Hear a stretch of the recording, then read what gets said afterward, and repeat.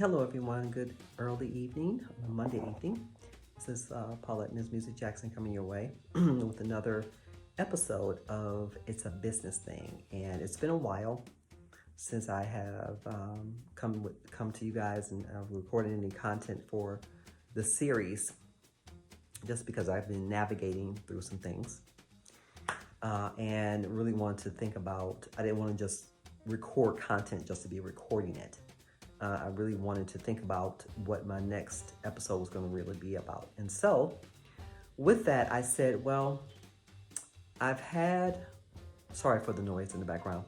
I've had, probably within the last 24 hours or so, someone sent me, a dear friend of mine who is an entrepreneur and a marketing guru, sent me a video to watch. And I'm going to be very transparent with you guys. I wasn't going to watch it. And I told her that. I was going to watch bits and pieces of it because it's an hour-long video. And I was like, I don't know if my attention span is going to sit here. I was like, you know what? Yeah, you're going to watch it. You're going to sit here and watching it. I'm so glad I did, because it was really touching on a lot of things, a lot of subject matter that I had been thinking about and having conversations about months prior. One of the things that was in this video was talking about generational wealth. And I'm sure a lot of you have heard that term. And it's basically setting yourself up in financially where that wealth in your finances will carry you through the generations to your children, grandchildren, so on and so forth. And I'm almost 55, and a lot of things that I have learned within the last 3 years as far as the business goes, I wish I had learned years ago, truly, because I just feel like maybe I would be in a different place right now. But it is what it is, and so it's never too late to learn new things, and it's not too late to put things in place. It's really not. And of course, things that I am learning now, there's so many things that are in place now that weren't in place when I was younger. And so young folks especially have so much to take advantage of, so much information out there, with social media, with the internet, with technology, so much more than what we had when I was coming up. The thing was, for me, coming up is learning how to balance a checkbook, which I didn't learn until I was a teenager. I was a teenager, so I did learn, and I learned taking business classes early on as well. So I did learn the basics at that time, how to balance a checkbook, how to, because I took accounting classes and that kind of thing. So, but I did learn early on through my family, like, hey, you need to learn how to balance a checkbook. You're going to be getting out on your own kind of thing situation. So, but even when I started working, I needed to know that, with a bank account and all that. So those things needed to be learned, and I did. But there's so much more now. And getting back to the generational wealth situation, it's like, saving and building, and I'm not knocking careers, like steady careers that people have. Go to school, you learn this, you gain knowledge, you work in it, you get experience from it, and you grow from that. You take whatever it is you learned in the classroom and outside the classroom, and you build upon that to build yourself a career. However, I've always wanted to be an entrepreneur. I have had office jobs, but not a career, because my mindset was always, I want to work for myself in the arts and entertainment world. That was my thing. My thing was to, be a designer or be a model or, be a singer or a writer and songwriter. And so those were my areas that I was concentrating on to build a business. But it was so early on, and I didn't have the confidence, to be honest, to do it. So I settled into a life of 9 to 5. And again, there's nothing wrong with that if you want to do that. However, while you're doing that, we all have gifts and talents within us that were placed in us by the mighty Lord above.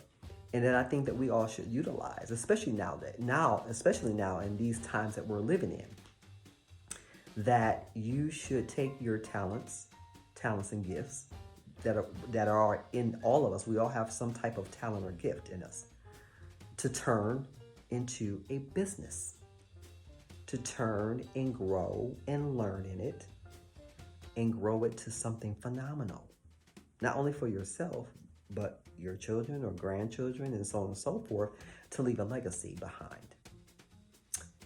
Number two, what I want to talk about is what's been on my mind lately is making sure, especially those of us who are getting older and up in age, and the way the world is now, just being honest, to make sure that you have your ducks in a row, I's dotted, T's crossed. And what I mean by that is having your final wishes in place. And you all know what I mean when I say that, because none of us are guaranteed tomorrow. All of us we all have our time. So, but what I have seen and what I've experienced for myself, in laying family members and stuff to rest, is that definitely need policies in place, monies in place, bills paid, so that won't be a burden to your family at the time of your passing.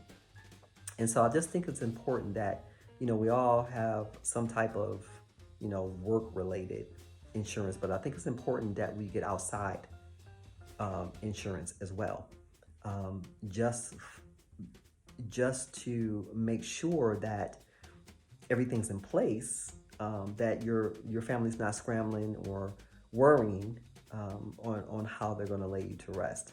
And I just think that's important to have those things in place, not only for that, but also for any final bills. It's a lot of things that I'm trying to take care of now that are not as huge, just so that won't be an issue. You know what I mean? And so I don't mean to sound whatever, but this is real. But it is real, and it is something that I think that needs to be talked about in with families. And we, as men and women, whatever, all walks of life, I think need to have something in place to take the burden off yourself and your family that are left behind. So I urge all of you to get additional insurance. And not only that, just look into different types of insurance, because there's some that will help you kind of build upon like interests and all that kind of stuff. So I've been talking to my broker within the last few months about it, and he's given me a lot of information. So I urge all of you to kind of look into different policies outside of if you have work stuff going on outside of that, and get additional plans if you can. And also to really think about your gifts and your talents that may be a hobby to you, that can be turned into a lucrative business. And it could be a legacy.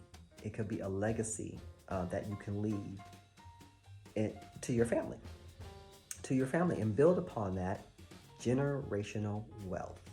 And it starts with us and then trickles down and down and down, in order for us to get out of some of the holes that some of us may be in, or just kind of looking at things in a different light, in a different way. We're living in different times. We really, really are. And it's time for us to really start thinking about growing our wealth, whatever that looks like to you, but really, really start to have those conversations and really start to implement a lot of that. Not saying that if you want to stay in your career job, that's fine. But there's nothing wrong with turning a hobby or a passion into a business, into what could be a very lucrative business. You just have to look at what it is. Is it a need? Will it be a want? who your patrons are going to be, so on and so forth. And don't depend on just your family and friends. You can test it out on them if you want. I did, my books and all that. You can do that, but don't get wrapped up into thinking that most of your support is going to come from that, because I'm telling you from experience, it won't.